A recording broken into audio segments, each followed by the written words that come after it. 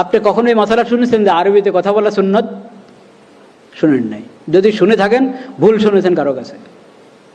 আরবিতে কথা বলা সুন্নত এটা মশালা নাই, অথচ নবী সাল্লাল্লাহু আলাইহি ওয়াসাল্লাম আরবিতে কথা বলেছেন সবসময়।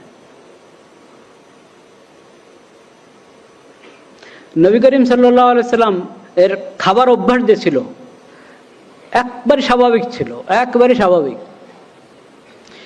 নবী করিম সাল্লাল্লাহু আলাইহি ওয়াসাল্লামের খাবার অভ্যাসকে সুন্নত ঘোষণা করা হয় নাই।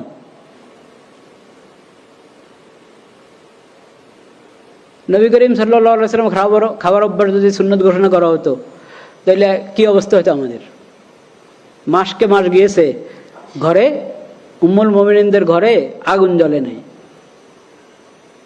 আগুন জ্বলে না এর মানে ভাতের তো প্রশ্নে আসে না, ভাত তো সেখানে তেমন তখন ওটা চালের ইয়া ছিলই না, তেমন চালের অস্তিত্ব ছিল না তা না, কিন্তু রেওয়াজ ছিল না তেমন একটা।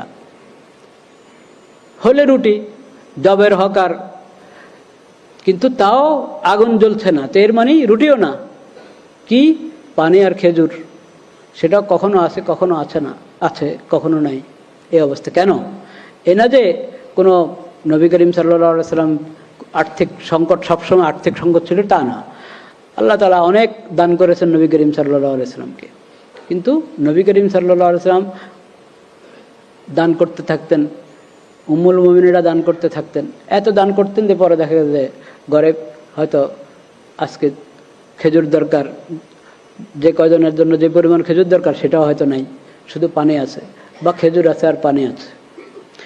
কিন্তু এটাকে নবী করিম সাল্লাল্লাহু আলাইহি ওয়াসাল্লাম সুন্নত ঘোষণা করেন নাই যে খেজুরেই তোমাদের প্রধান খাদ্য হবে, রুটিয়ে তোমাদের প্রধান খাদ্য হবে, জবের রুটি প্রধান খাদ্য হবে, ঘোষণা করা হয় না। কেন?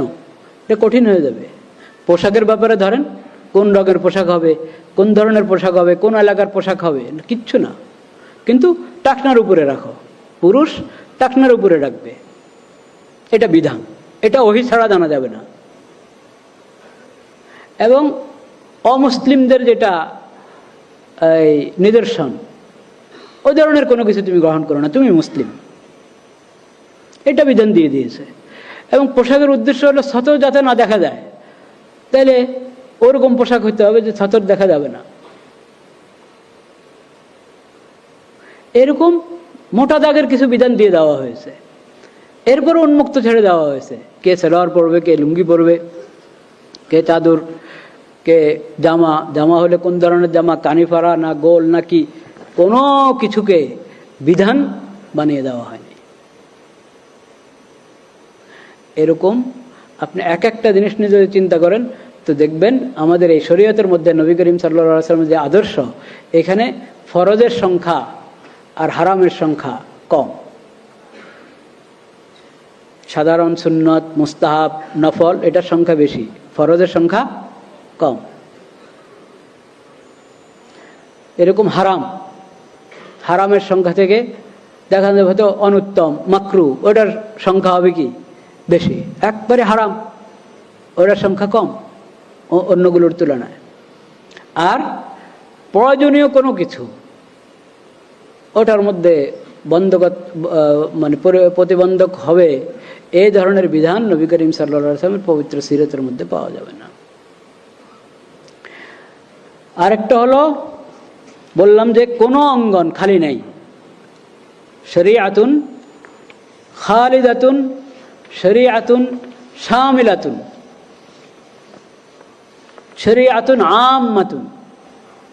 নবী করিম সাল্লাল্লাহু আলাইহি ওয়াসাল্লামের যে সুন্নত এবং সিরাত, ওটা কিয়ামত পর্যন্তের জন্য, কারণ উনি আখিরি নবী, খাতামুন নবিয়্যিন। তার উম্মতের পর আরেক উম্মত হবে না। তার উপরে হেদায়েতের যে কিতাব আল কোরআনুল কারীম অবতীর্ণ হয়েছে, এরপরে হেদায়েতের আর কোনো কিতাব আল্লাহর পক্ষ থেকে, ওহির আর কোনো বাণী আসবে না, এটাই শেষ। তো তার সুন্নত আর শরীয়ত শেষ শরীয়ত, তার উম্মত আখিরি উম্মত। এরপরে যদি কেউ বলে যে অমুকের উম্মত, তো এর মানে তার ইসলামের সাথে, কোরআনের সাথে কোনো কি নাই, সম্পর্ক নেই। আপনারা জানেন আমাদের এই দেশে আরেক উম্মত যে আছে, নবী করিম সাল্লাল্লাহু আলাইহি ওয়াসাল্লামের উম্মত ছাড়া আরও উম্মত আছে, জানেন তো? আপনার ধারণা আছে কিনা? হ্যাঁ, মির্জা গোলাম আহমদ কাদিয়ানি, তাকে কাদিয়ানি জামাত কি মনে করে? নবী মনে করে।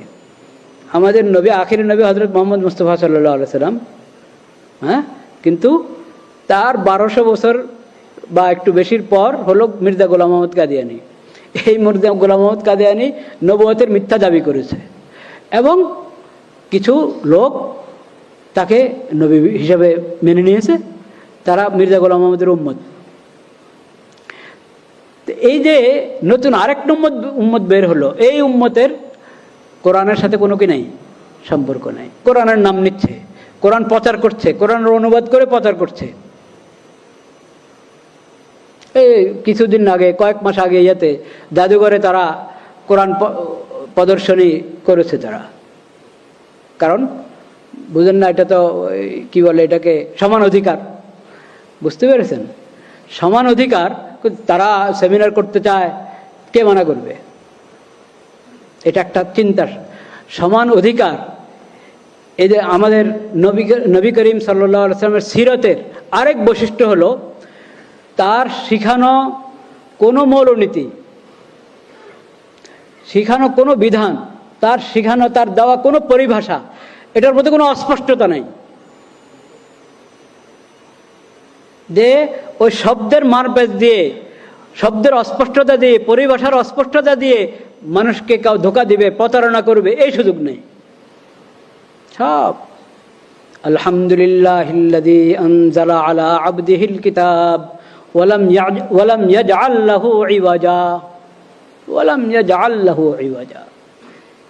কোনো ধরনের বক্রতা, কোনো ধরনের অস্পষ্টতা, কোনো ধরনের কোনো খোঁজ ত্রুটি এখানে খুঁজে পাবে না এই সিরতের মধ্যে, এই শরীয়তের মধ্যে, আল্লাহর অবতীর্ণ করা এই কোরআনের মধ্যে।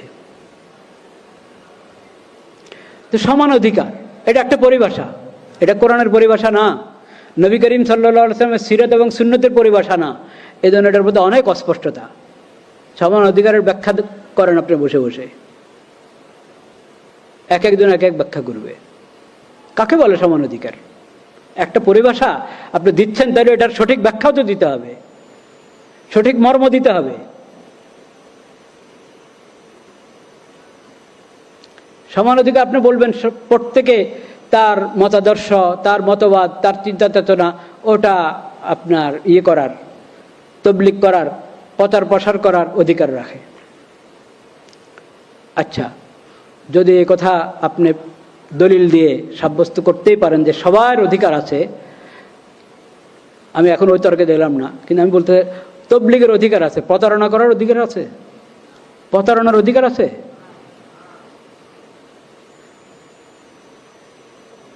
তুমি কোরআন প্রদর্শনী করছো, তো কোরআন তুমি যদি 40 পারার কোরআন বের করে আনো, কথার কথা মানে 114 সূরা, আপনি আরো আরেক সূরা বাড়িয়ে কোরআন প্রদর্শনী করছেন, এটা কোরআন প্রদর্শনী হলো না ধোঁকা হলো? ধোঁকা হলো।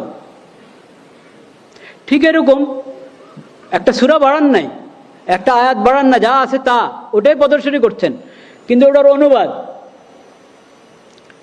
অনুবাদ করা হচ্ছে বিকৃত করে, অনুবাদ করা হচ্ছে বিকৃত করে। তারা কাদিয়ানীরা যতগুলো তাফসীর বা অনুবাদ গ্রন্থ প্রচার করে, তারা সবগুলোর মধ্যে বিকৃতি আছে, কোরআনের বিভিন্ন পরিভাষার বিকৃতি আছে, এবং এমন বিকৃতি ঈমান কুফর হয়ে যায়, কুফর ঈমান হয়ে যায়, হালাল হারাম হয়ে যায়, হারাম হালাল হয়ে যায়, এই ধরনের বিকৃতি আছে। আকীদা পরিবর্তন হয়ে যায়, এই ধরনের বিকৃতি আছে। তো এটাকে কোরআন প্রদর্শনীর নামে, কোরআন অনুবাদ, কোরআন তাফসীরের প্রদর্শনীর নামে যদি প্রচার করা হয় এবং প্রদর্শনী করা হয়, তাহলে এটা কি তবলিগ হলো না প্রতারণা হলো? প্রতারণা। তা আপনি সমান অধিকারের কথা বলে আপনি বলেন যে তারাও তো, তাদেরও একটা ধর্ম আছে, কাজে ওদের নাগরিক হিসাবে অধিকার রাখে এটা প্রচার করার, নাগরিক হিসাবে প্রচার করার অধিকার রাখে, মানুষকে ধোঁকা দেওয়ার অধিকার রাখে না।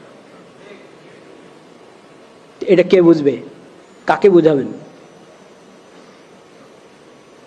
আমরা কি বুঝি না, না বুঝেও বুঝি না? কোনটা?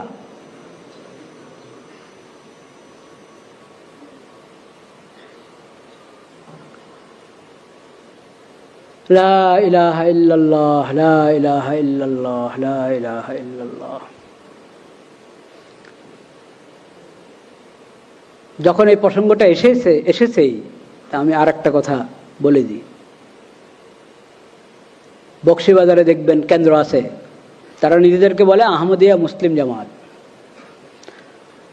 আহমদ সাল্লাল্লাহু আলাইহি ওয়াসাল্লাম আমাদের নবীর নাম না নাকি? ওয়া মুবাশশিরাম বিরাসূলিন ইয়াতি মিন বাদি ইসমুহু আহমদ, ওয়া মুবাশশিরাম বিরাসূলিন ইয়াতি মিন বাদি ইসমুহু আহমদ। ঠিক পড়েছি আয়াতটা? তাই আহমদ নবী করিম সাল্লাল্লাহু আলাইহি ওয়াসাল্লামের নাম, মুহাম্মদ নবী করিম সাল্লাল্লাহু আলাইহি ওয়াসাল্লামের নাম। আহমদ সাল্লাল্লাহু আলাইহি ওয়াসাল্লাম মুহাম্মদ সাল্লাল্লাহু আলাইহি ওয়াসাল্লামের সাথে কোনো সম্পর্ক নেই কাদিয়ানী জামাতের। তারা আহমদের অনুসরণ করে না, তারা তো গোলাম আহমদের উম্মত।